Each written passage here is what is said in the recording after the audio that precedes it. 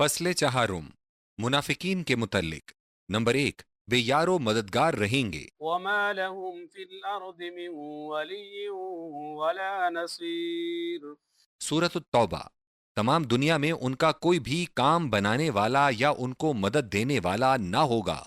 اسلام سے پیشتر عرب قبائل کو باہمی جنگوں میں سلطنت فارس یا سلطنت روما کی امداد مل جایا کرتی تھی، لیکن جب منافقین کی نسبت اخراج مدینہ کی پیشین گوئی فرما دی گئی تو یہ بھی بتا دیا گیا کہ اب کوئی سلطنت ان کی ذرا مدد نہ کر سکے گی۔ راہب فالک نے جنگ احد میں شکست کھا کر سلطنت روما سے مسلمانوں کے خلاف امداد حاصل کرنے کی بہت کوششیں کی۔ روما کے پادریوں سے بھی امداد حاصل کی، لیکن اسے کوئی بھی مدد نہ مل سکی۔ جبلہ بن ایہم غسانی نے مرتد بارد گر عیسائی بن جانے کے بعد دربار ہرقل کی برسوں حاضر باشی کی، مگر مسلمانوں کے خلاف سلطنت سے کوئی امداد نہ لے سکا۔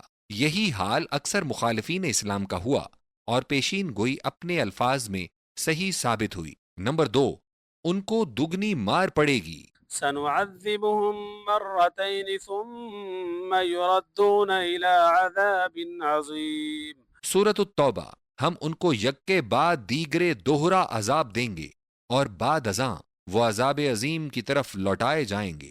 یہ آیت ان منافقین کے متعلق ہے جو جہاد سے بلا وجہ پیچھے رہ گئے تھے۔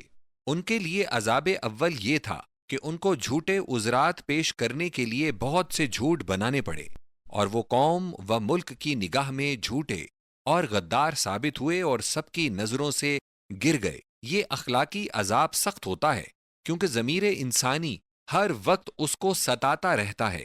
عذاب دوم اس مال و اولاد سے محرومی ہے جن کی محبت میں مبتلا ہو کر وہ تارک جہاد بنے تھے۔ دونوں عذاب انہوں نے اپنی زندگی ہی میں چکھ لیے تھے۔ عذاب علیم جو تیسرا عذاب ہے اس کا تعلق آخرت سے ہے۔ نمبر 3، یہ خسران میں رہیں گے۔ أولئك حزب الشيطان ألا إن حزب الشيطان هم الخاسرون. سورۃ المجادلہ۔ یہ شیطانی لشکر والے ہیں اور شیطان کا لشکر ہی خسران زدہ ہوگا۔ سیاق عبادت سے ظاہر ہے کہ پیشین گوئی ان منافقین کی بابت ہے جو یہود کو پسند کرتے اور ان کے معاہد و دوست بنے ہوئے تھے۔ آیت میں بتایا گیا ہے کہ دشمنان الہی کے ساتھ تودد و اتحاد شیطانی کام ہے، اور بتایا گیا ہے کہ یہ لوگ ضرور نقصان اٹھائیں گے۔ جنگ احزاب کے بعد منافقین جب نہ ادھر کے رہے نہ ادھر کے، تب یہ پیشین گوئی ان پر صادق آئی۔ نمبر 4 اور 5، منافقین کا تعارف اور انجام۔ الف، پیشین گوئی۔ ان منافقین کے متعلق جو اہل اسلام میں رل مل گئے تھے، اللہ تعالیٰ نے پہلے تو یہ بتلایا کہ منافق کون لوگ ہیں اور کہاں آباد ہیں۔ ومن أهل المدينة مردوا على النفاق. سورۃ التوبہ۔ اہل مدینہ میں سے ایسے بھی ہیں جو نفاق پر اڑے ہوئے ہیں۔ اس اخبار غیب میں مصلحت یہ تھی کہ ازمینہ مستقبلہ میں کوئی شخص محض اپنی ہی رائے یا ظنون یا خیال یا تعصب سے اصحاب کرام کو تہمت نفاق نہ دے سکے۔ پہلی شرط جو کسی کو منافق کہنے کی ہے وہ یہ ہے کہ وہ باشندہ مدینہ ہو۔ کسی یمنی، تہامی، مکی، حضرمی وغیرہ ممالک کے صحابہ میں سے کسی پر بھی نفاق کا شبہ یا شائبہ یا سایہ نہیں پڑ سکتا۔ با، اس بین علامت کے بعد یہ فرمایا، فَلَيَعْلَمَنَّ اللَّهُ الَّذِينَ صَدَقُوا وَلَيَعْلَمَنَّ الْكَاذِبِينَ. سورۃ العنکبوت۔ اللہ تعالیٰ صادقوں کو اور کاذبوں کو الگ الگ کر دکھائے گا۔ اس پیشین گوئی کی تفسیر پھر ایک اور آیت میں فرمائی، لئن لم ينته المنافقون والذين في قلوبهم مرض والمرجفون في المدينة لنغرينك بهم ثم لا يجاورونك فيها إلا قليلا أينما ثقفوا أخذوا وقتلوا تقتيلا. سورۃ الاحزاب۔ اگر منافق لوگ اور دل کے روگی اور جھوٹی افواہوں کے پھیلانے والے مدینے میں باز نہ آئیں گے تو ہم رسول صلی اللہ علیہ وسلم کو ان کے خلاف کھڑا کریں گے، اور پھر وہ مدینے میں تھوڑے عرصے کے سوا رسول صلی اللہ علیہ وسلم کے پاس نہ رہ سکیں گے۔ جتنا عرصہ رہیں گے لعنت زدہ رہیں گے، پھر جہاں جائیں گے پکڑے جائیں گے اور بری طرح قتل کیے جائیں گے۔ اس پیشین گوئی میں منافقین کا انجام بھی بتلایا گیا اور ان کے انجام کی مدت و ایام کا بھی تعین کیا گیا۔ یہ آیت سورہ احزاب کی ہے۔ واقعہ احزاب 5 ہجری میں ہوا، جس میں ابی بن سلول کی پارٹی کے 300 سے زیادہ منافق زندہ تھے۔ آیت میں بتلایا کہ ان سب کا حیات پاک مصطفی صلی اللہ علیہ وسلم کے اندر خاتمہ ہو جائے گا۔ یہ مدینہ سے نکال دیے جائیں گے اور یہاں سے جانے کے بعد ذلت و خواری کے ساتھ قتل ہوں گے۔ چنانچہ ایسا ہی ہوا، اور قبل ازیں کہ نبی اکرم گرامی ترین ولد آدم صلی اللہ علیہ وسلم چشم ظاہر بین کو نظارہ عالم سے بند فرمائیں، حضور صلی اللہ علیہ وسلم نے دیکھ لیا کہ مدینہ ایسے اشرار سے بالکل پاک ہے۔ یہی راز تھا کہ 9 ہجری میں جبکہ حضور صلی اللہ علیہ وسلم نے تمیم داری کی حدیث کو سر منبر روایت فرمایا تھا، مدینہ کا نام طیبہ رکھ دیا تھا۔ پیشین گوئی کی دوسری آیت مندرجہ ذیل پیشین گوئیوں پر مشتمل ہے۔ نمبر 1، لَنُغْرِيَنَّكَ بِهِمْ، یعنی اللہ کا رسول صلی اللہ علیہ وسلم ان کے خلاف کارروائی کرے گا۔ نمبر 2، لا يجاورونك فيها إلا قليلا، شہر مدینہ میں رسول اللہ صلی اللہ علیہ وسلم کے ساتھ رہنے کا زمانہ ان کو بہت کم ملے گا۔ نمبر 3، ملعونین، وہ لعنت زدہ ہوں گے، ہر طرف سے ان پر پھٹکار پڑے گی۔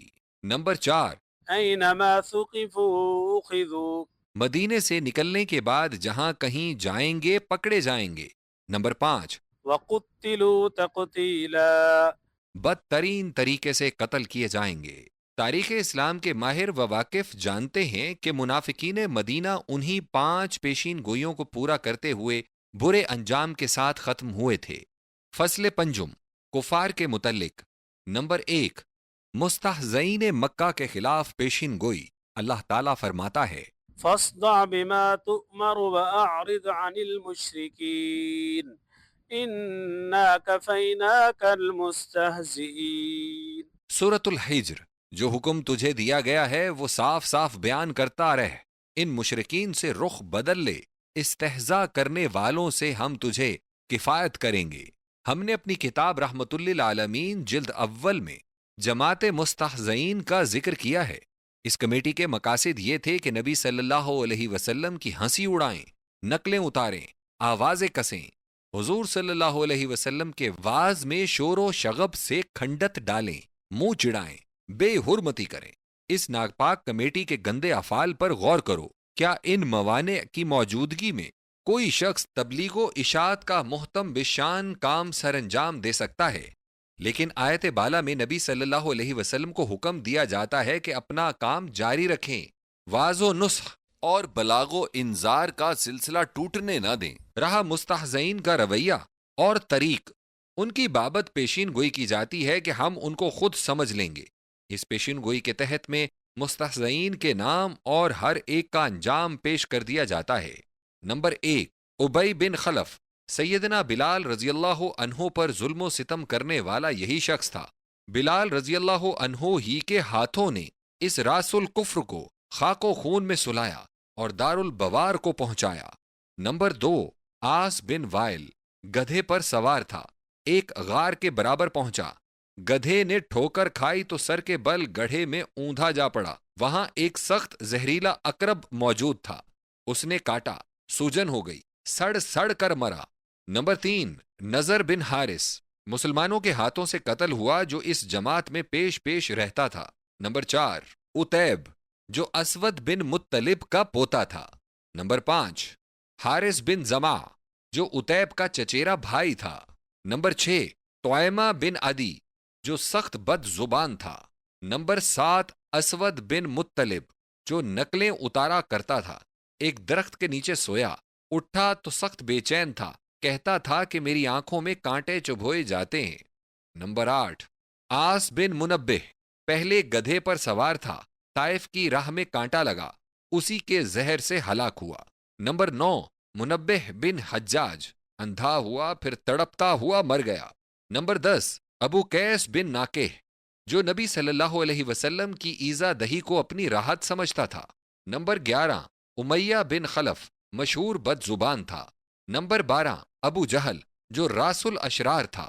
نمبر 13 عقبہ بن ابی معیط، جس نے حضور صلی اللہ علیہ وسلم کی گردن میں سجدہ کرتے ہوئے پھندا ڈالا۔ نمبر 14 حارث بن قیس سہمی، پیٹ میں زرد پانی پڑ گیا تھا جو اس کے منہ سے نکلا کرتا، اسی ذلت سے ہلاک ہوا۔ نمبر 15 ولید بن مغیرہ، ایک خزائی سوار کا نیزہ اکحل میں لگا، رگے جان کٹ گئی۔ نمبر 16 ابو لہب، عدسہ و طاعون میں مبتلا ہو کر واصل جہنم ہوا، دوستوں عزیزوں نے بھی لاش کو ہاتھ نہ لگایا، کوٹھے پر چڑھ کر اس کے اقارب نے لاش پر اتنے پتھر پھینکے کہ لاشا ان میں چھپ گیا اور یہی ڈھیر اس کی قبر بنا۔ نمبر 17 اسود بن یغوس، باد سموم سے چہرہ جھلسا گیا، گھر آیا تو گھر والوں نے اسے شناخت نہ کیا، گھر سے باہر تڑپ تڑپ کر ایڑیاں رگڑ رگڑ کر مر گیا، زبان پیاس کے مارے دانتوں سے باہر نکلی ہوئی تھی۔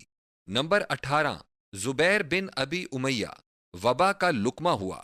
نمبر 19 مالک بن ایتلالا، لہو رادھ کی قے آئی اور فوراً مر گیا۔ نمبر 20 رکاز بن عبد یزید، بے کسی و نامرادی میں جان دے دی۔ غور کرو کہ پیشین گوئی کتنے اشخاص کی ہلاکت پر مشتمل تھی اور پھر ہر ایک کا انجام کیسے عبرت بخش حالات کے ساتھ پورا ہوا۔ واضح ہو کہ ذات ہمایونی نبی صلی اللہ علیہ وسلم کے متعلق دیگر آیات کو مضمون خصائص النبی صلی اللہ علیہ وسلم میں درج کیا گیا ہے۔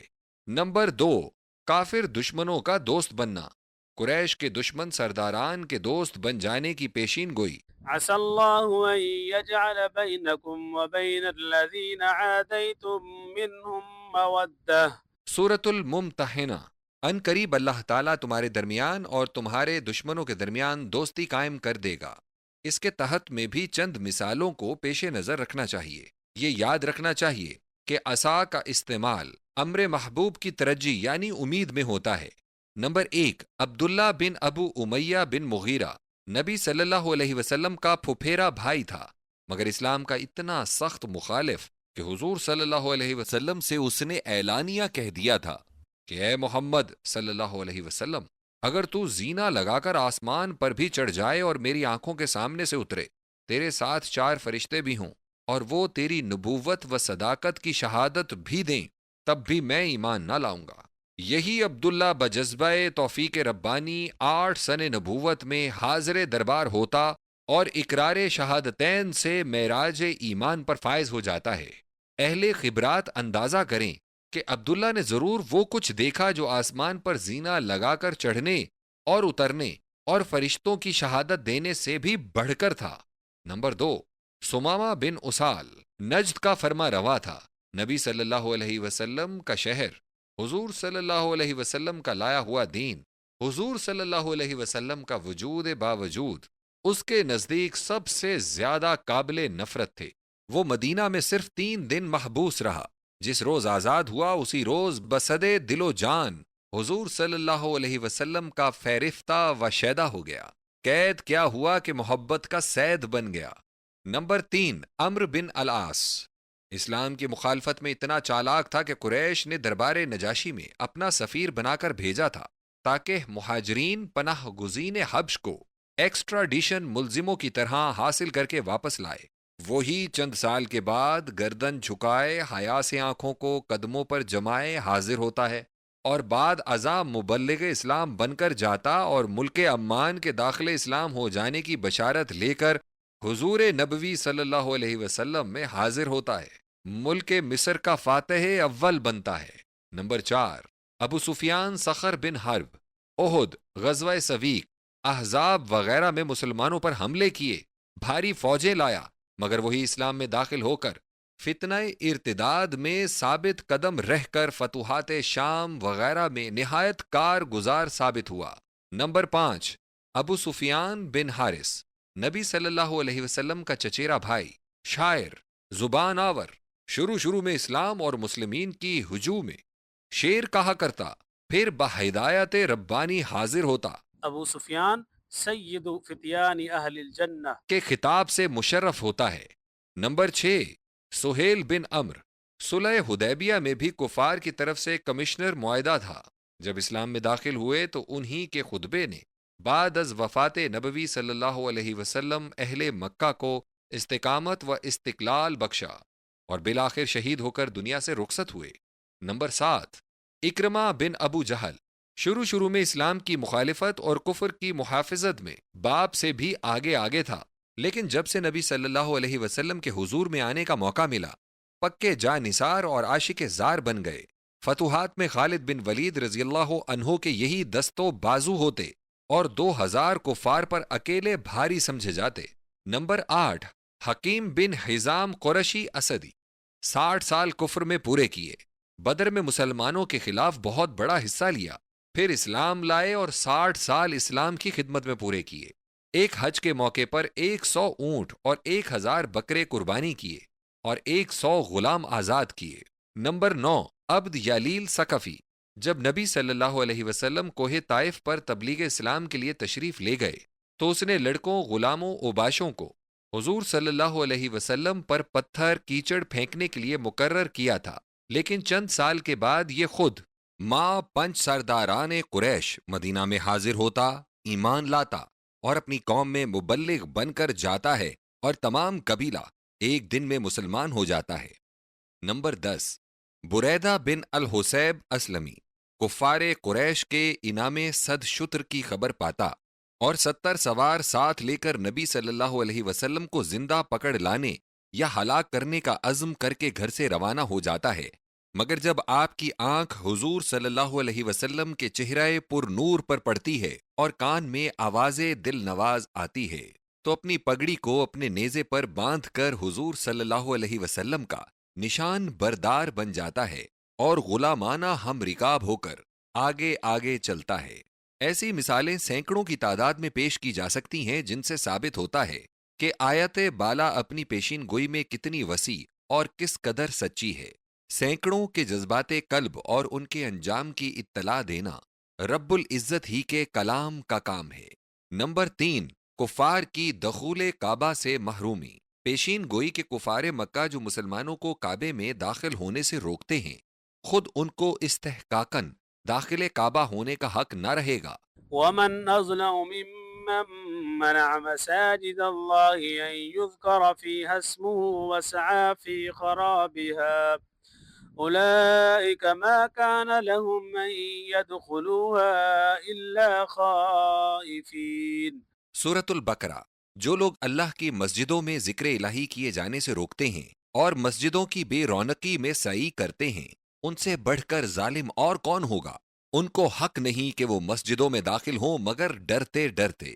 مشرک کو کعبے میں داخل ہونے کی ممانعت کا اعلان سید الحاج ابو بکر صدیق رضی اللہ عنہ نے 9 ہجری میں کیا اور آج تک یہی حکم برابر جاری ہے۔ جو لوگ اسلامی لباس میں ملبس ہو کر وہاں جاتے بھی ہیں، ان کی جان ہر وقت خوف و خطرے میں رہتی ہے۔